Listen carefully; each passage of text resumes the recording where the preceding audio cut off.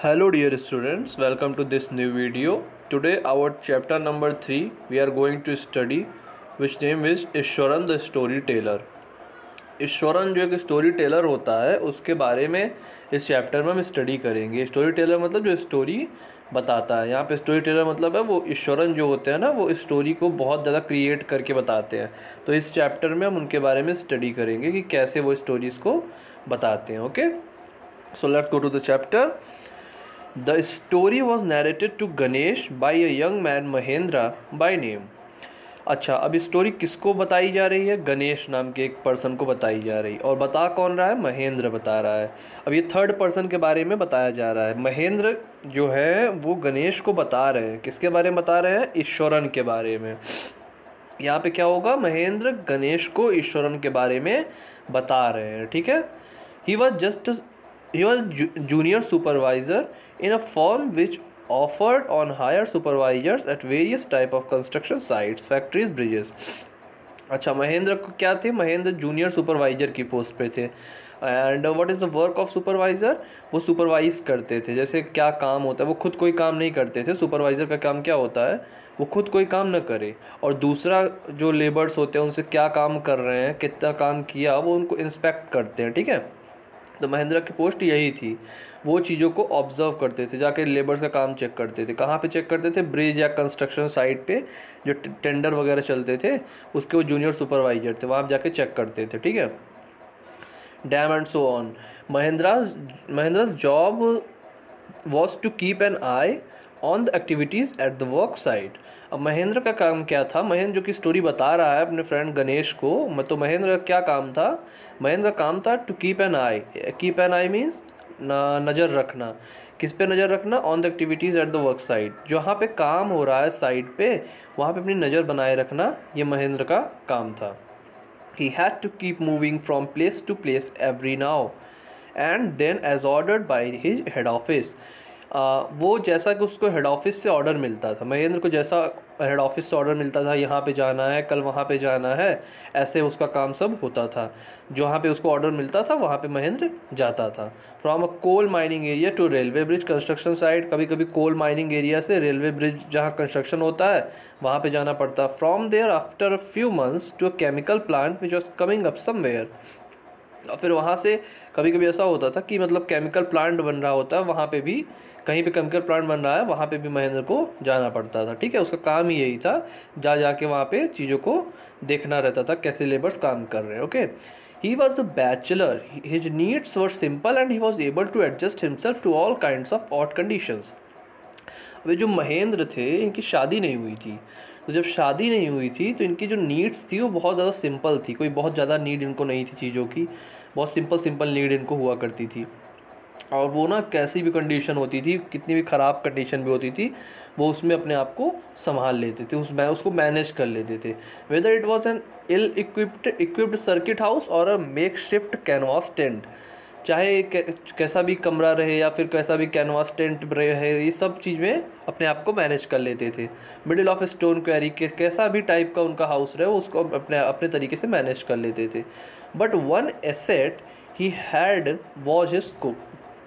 अब एसेट का मतलब यहाँ पे क्या है? एक अच्छी चीज़ मान के चलते हैं हम कि एक बहुत अच्छी चीज़ जो इनके साथ हुई थी वो ये था कि इनको एक खाना बनाने वाला मिला था.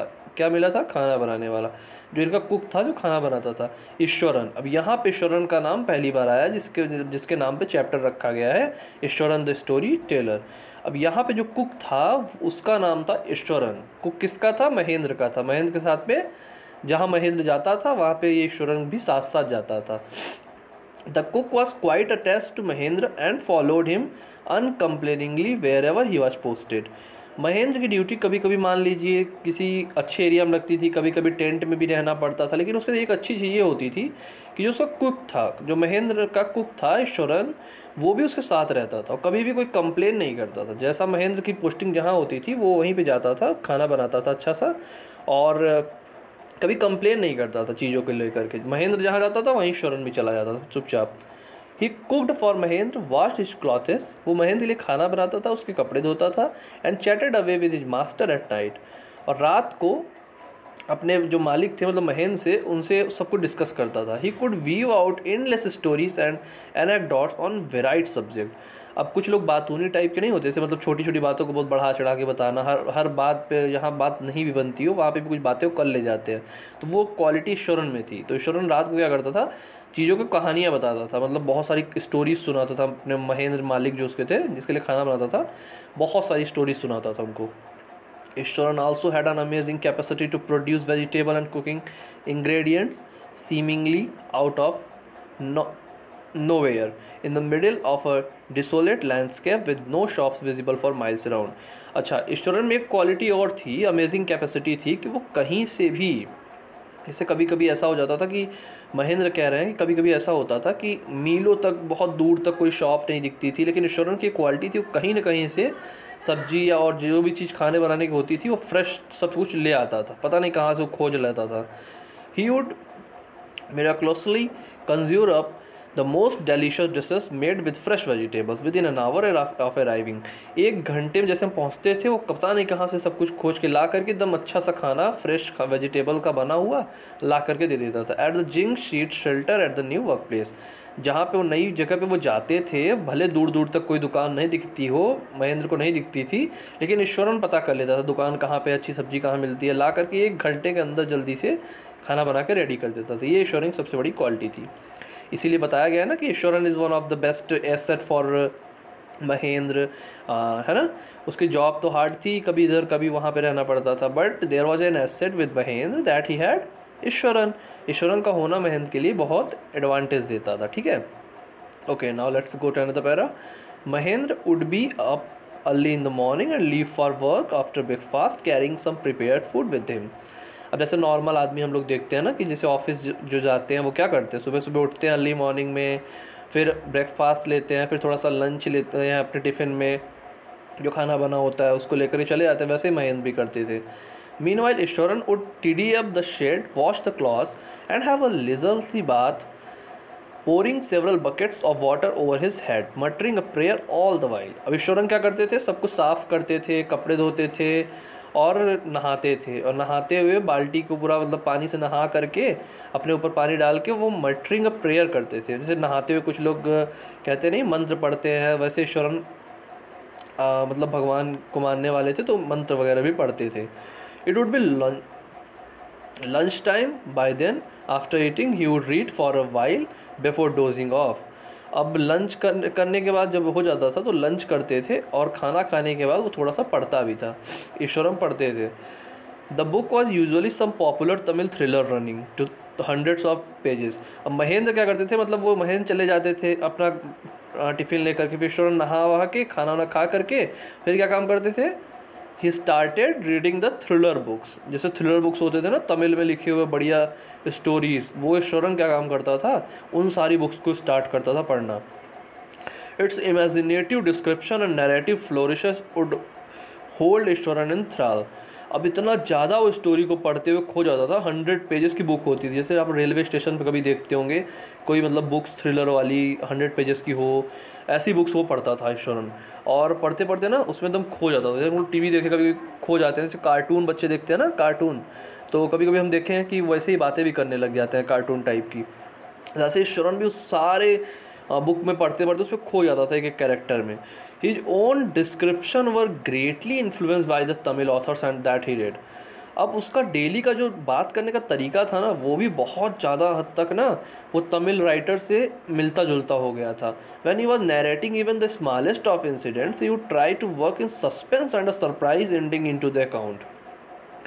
अब जब क्या हो गया था, क्या आदत ईश्वरन में आ गई थी कि जैसे छोटी छोटी बातों को भी ईश्वरन बहुत सारा सस्पेंस और सरप्राइज दे करके बताने लगा था। जैसे बहुत छोटी सी बात होगी उसको बहुत ज़्यादा सरप्राइजिंग करके, जैसे थ्रिलर मूवी में होता है तो वैसे स्टोरी पढ़ते पढ़ते उसकी आदत बन गई थी ईश्वरन की कि सारी चीज़ों में सस्पेंस और सरप्राइज ला देता था। For example, instead of saying that he had come across N uprooted tree on the highway, जैसे मान लो वो कोई अपरूटेड ट्री दिखा उसे हाईवे पे, तो वो डायरेक्ट नहीं बताएगा कि उसे कोई ट्री दिखा है। ही वुड से, वो क्या कहेगा, with eyebrows suitably arched and hand sailed out in dramatic gesture, dramatic एकदम बना करके कहेगा, आंखों को उठा करके क्या क्या बोलेगा, the road was deserted and I was all alone. Road एकदम खाली थी और मैं एकदम वहाँ पे अकेला था. Suddenly I spotted something that looked like an enormous bushy beast lying sprawled across the road. I was half inclined to turn and go back. वहाँ पे एकदम डरावना सीन बन चुका था और जैसे मान लो कि वो वापस जाना चाहता था. But as I came closer, लेकिन जैसे जैसे मैं पास आया, अब देखो हुआ क्या था कि वो एक पेड़ गिरा हुआ था. अब ईश्वरन कितना उसको थ्रिलर बना के बता रहा है कि मैं वापस जाना चाहता था, एकदम आंखें बड़ी करके बताने लगता था. लेकिन जैसे मैं पास गया, I saw that it was a fallen tree. लेकिन तब मैंने देखा कि गिरा हुआ पेड़ था. With it's a dry branches spread out, इसकी ब्रांचेस निकली हुई है. तो सीधा ये ना बोल करके वो बहुत सारा सस्पेंस और सरप्राइज बनाता था मैटर को. Mahendra would stretch himself back in his canvas chair and listen to Ishwaran tales uncritically. Mahendra भी उसको टोकता नहीं था. महेंद्र को इसकी आदत पता चल गई थी, लेकिन महेंद्र कुछ बोलता नहीं था. उसको एंजॉय करता था कि ईश्वरन मन लगा के कुछ सुना रहा है तो मुझे इंटरेस्ट के साथ इसको सुनना चाहिए, right. So what we have studied in this chapter that Mahendra जो है वो अपने फ्रेंड गणेश को सारा कुछ बता रहे हैं. Mahendra is telling everything about Eswaran to his friend Ganesh. अब महेंद्र को क्या होता था कि उनकी पोस्टिंग कहीं कहीं पे अच्छी जगह पे होती थी, कहीं ख़राब जगह पे होती थी, ठीक है. लेकिन क्या होता था कि ईश्वरन जो थे वो उनके लिए, महेंद्र के लिए एक एसेट की तरह थे. He was like an asset for Mahendra. He cooked very well. But Eswaran की क्या हैबिट थी, वो स्टोरी टेलर टाइप हो गए थे. मतलब थ्रिलर पढ़ते पढ़ते वो चीज़ों को बहुत ज़्यादा सस्पेंस और सरप्राइज दे करके बताने लगे थे ना.